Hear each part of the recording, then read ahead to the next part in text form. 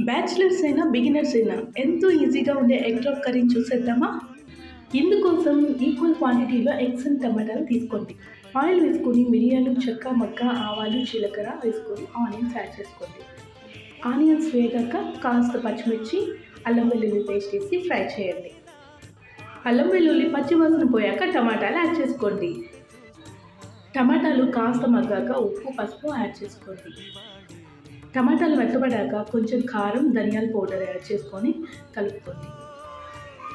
ఈ స్టేజ్లో కొంచెం కొత్తిమీర యాడ్ చేసుకొని చాలా టేస్ట్ ఉంటుంది. 2 గ్లాసెస్ ఆఫ్ వాటర్ యాడ్ చేసుకొని బాగా తెరల కాగనివ్వండి. ఈ స్టేజ్లో ఎగ్స్ని పగలగొట్టి విడివిడిగా దాంట్లో వేసేయండి.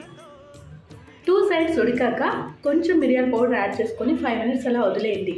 ఆ తర్వాత కొత్తిమీరతో గార్నిష్ చేసుకోండి. అలా తింటుంటే ఉంటుంది ఫ్రెండ్స్, జ్యూసీగా ఎగ్.